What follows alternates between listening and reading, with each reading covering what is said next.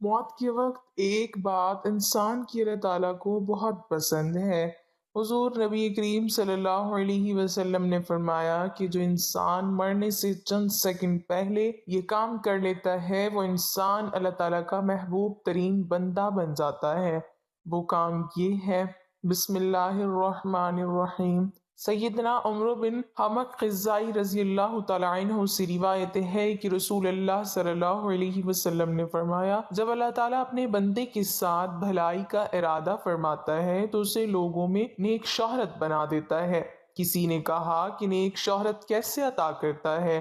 آپ صلی اللہ علیہ وسلم نے فرمایا کہ وہ اس طرح کہ اس کے لیے اس کی موت سے قبل نیک اعمال آسان کر دیتا ہے، حتیٰ کہ اس کے آس پاس والے اس سے خوش ہو جاتے ہیں، اور اس طرح وہ نیک نامی میں شہرت یافتہ ہو جاتا ہے۔ اللہ تعالیٰ قرآن مجید میں فرما رہا ہے، ہر نفس کو موت کا مزہ چکھنا ہے۔ دنیا کی حقیقت انسان کے لیے ایک امتحان گاہ کی سی ہے۔ ہر انسان کو اپنے اعمال کے مطابق اس کا نتیجہ اچھا یا برا ملے گا۔ پھر انسان اپنی موت کو کیوں بھلا بیٹھا ہے؟ دنیا کی عیش و عشرت میں اتنا مشغول ہو گیا کہ اس کو موت کی ذرا بھی فکر ہی نہیں رہی۔ یاد رکھیں، موت کا کوئی وقت مقرر نہیں ہے، وہ کہیں بھی کبھی بھی آ سکتی ہے۔ حضرت عثمان غنی رضی اللہ تعالیٰ عنہ کا شمار عشرہ مبشرہ میں ہوتا ہے جن کو جنت کی خوشخبری دنیا میں سنا دی گئی ہے۔ آپ رضی اللہ تعالیٰ عنہ کا یہ حال ہے کہ عذاب قبر کے خوف سے اس قدر روتے کہ داڑھی تر ہو جاتی تھی۔ جب بھی کوئی گناہ یا کسی بندہ خدا کو تکلیف ہم پہنچا رہے ہوتے ہیں تو تین باتوں کو ذہن نشیں کر لینا چاہیے کہ اللہ دیکھ رہا ہے، فرشتے لکھ رہے ہیں اور موت آنی ہے۔ اس لیے ہمیں چاہیے کہ ہم جتنا ہو سکے اللہ کی عبادت، نماز اور قرآن پڑھیں، اچھے اعمال، اللہ کے بندوں کے ساتھ اچھا سلوک اور صلہ رحمی کا معاملہ اختیار کریں، تو ہی اللہ تعالیٰ دنیا و آخرت میں ہمیں کامیابی سے نوازے گا اور ہماری قبر کشادہ اور روشن کر دی جائے گی۔ منکر نکیر کے سوالات ہمارے لیے آسان کر دیے جائیں گے۔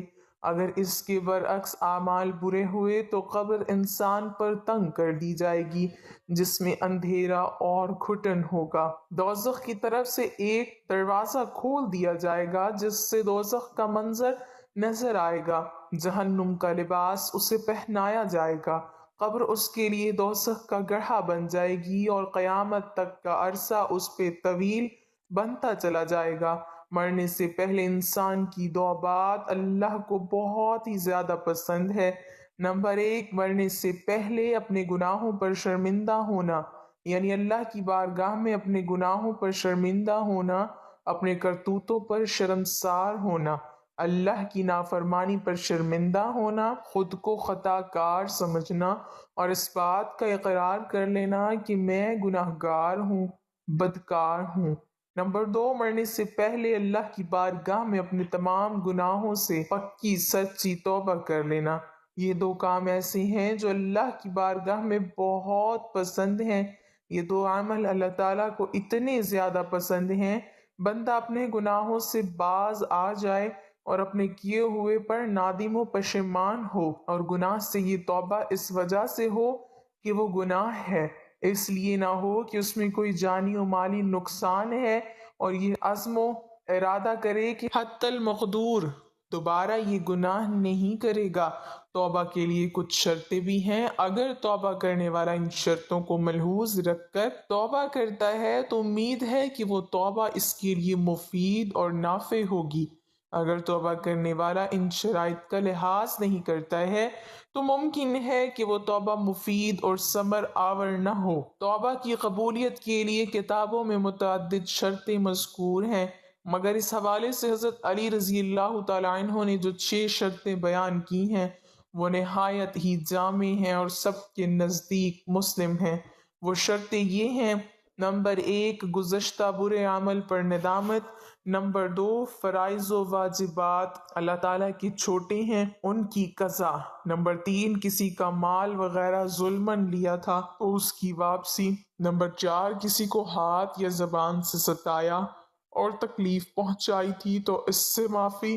نمبر 5، آئندہ اس گناہ کے پاس نہ جانے کی پختہ عزم و ارادہ۔ نمبر 6، اور یہ کہ جس طرح اس نے اپنے نفس کو اللہ کی نافرمانی کرتے ہوئے دیکھا ہے، اب وہ اطاعت کرتے ہوئے دیکھ لے، اور توبہ اس طرح کر: اے میرے معبود، تیرا گناہ گار بندہ اپنے گناہوں کا اقرار کرتے ہوئے تیرے پاس آیا ہے اور تجھے پکار رہا ہے۔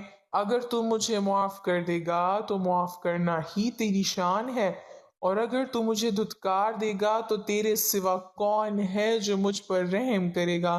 اے گناہوں کے بوجھ تلے دبے ہوئے انسان، اے تکبر کے میدان میں اپنی غفلت کی باغیں کھلی چھوڑ دینے والے، اے خواہش و نفس کے ہاتھوں اندھا بہرا بدبخت نامراد اور بیمار ہو جانے والے، اے مالک کو للکارنے والے، اے آقا کی پکڑ سے بے خوف ہو کر اس کی نافرمانی کرنے والے، اپنی خطاؤں سے توبہ کر اور اپنے آقا سے معافی مانگ۔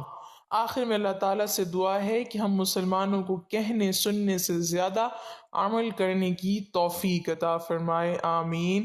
ناظرین، کمنٹ باکس میں اللہ تعالیٰ کے 99 ناموں میں سے ایک نام ضرور ٹائپ کریں۔